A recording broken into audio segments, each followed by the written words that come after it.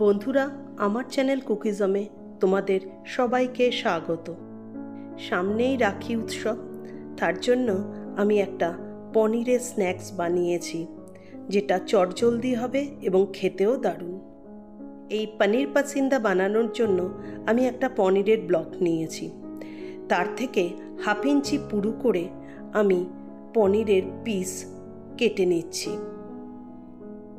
তোমরা পনিরের সাইজটা যেরকম খুশি করতে পারো, কিন্তু পনিরের যে পুরু মানে থিকনেসটা 1/2 ইঞ্চিই রেখো।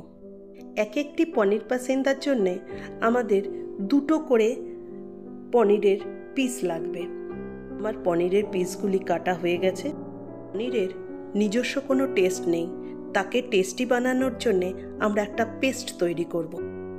সেই পেস্ট তৈরি করতে আমরা নেব 2 ছোট চামচ আদা বাটা, 1 ছোট চামচ কাঁচা লঙ্কা বাটা, 4 বড় চামচ তেঁতুলের পাল্প বা তেঁতুলের চাটনিও দিতে পারেন,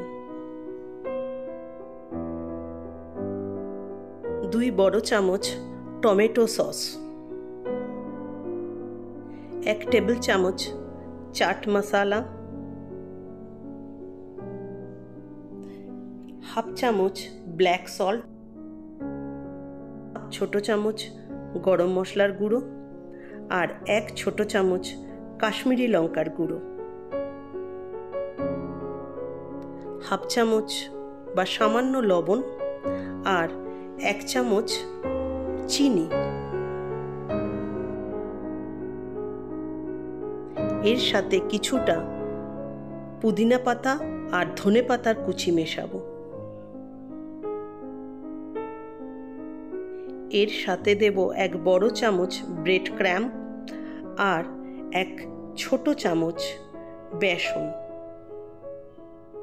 সমস্ত উপকরণ ভালো মতো মিশিয়ে আলাদা করে ঢেকে রেখে দেব।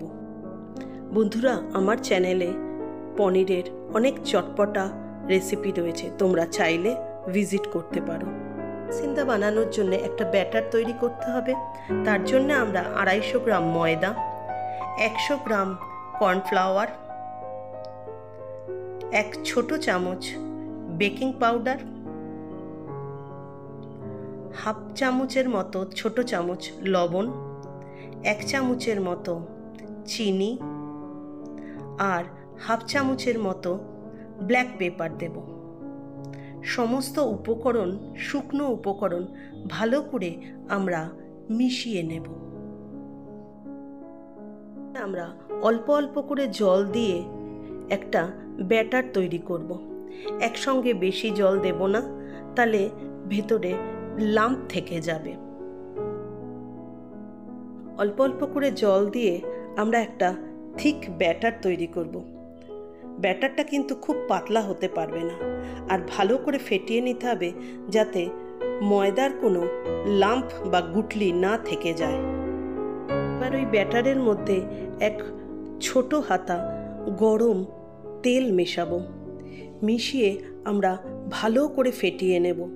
আর দেখো, মিশ্রণটা খুব পাতলা হবে না। এবার আমরা প্রত্যেকটা পনিরের পিসের ওপর অল্প করে পেস্টটা দেব। পেস্টটা এমন করে দেব যাতে যখন আরেকটা পনিরের টুকরো চাপা দেওয়া হবে, তাতে যেন পেস্টটা বেরিয়ে না যায়। যদি দেখো একটু বেরিয়েও যায়, তাহলে ভাজার পর সেই অংশটা কেটে বাদ দিয়ে দিও, দেখতে ভালো লাগবে। আমাদের পনির পাসিন্দাগুলি ভাজার জন্যে তৈরি। এবার আমরা পনিরের টুকরোগুলি নিয়ে ব্যাটারে চুবিয়ে খুব সাবধানে গরম তেলের মধ্যে ভাজতে দেব। এই পনির পাসিন্দাগুলিকে আমরা মিডিয়াম ফ্লেমে একটু সময় নিয়ে এপিট ওপিট করে সোনালি করে ভেজে তুলব। আমার পুরনো বন্ধু যারা এতদিন আমার সাথে রয়েছো, তাদেরকে আমার অনেক ভালোবাসা।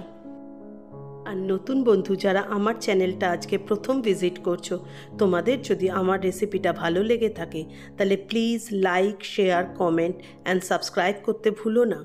আর পাশের বেল নোটিফিকেশানটা অন করে দিও, তাহলে সবার আগে নতুন রেসিপি তোমার কাছে পৌঁছে যাবে।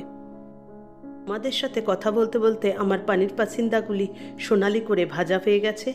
এবার আমি টমেটো সস আর পেঁয়াজ কুচির সঙ্গে এই পনির পাসিন্দা পরিবেশন করব। রাখির দিন এই চটপটা পনির পাসিন্দাটা ট্রাই করে আমাকে জানিও কিন্তু বন্ধুরা। আজ আসি, দেখা হবে কোনো নতুন রেসিপি নিয়ে।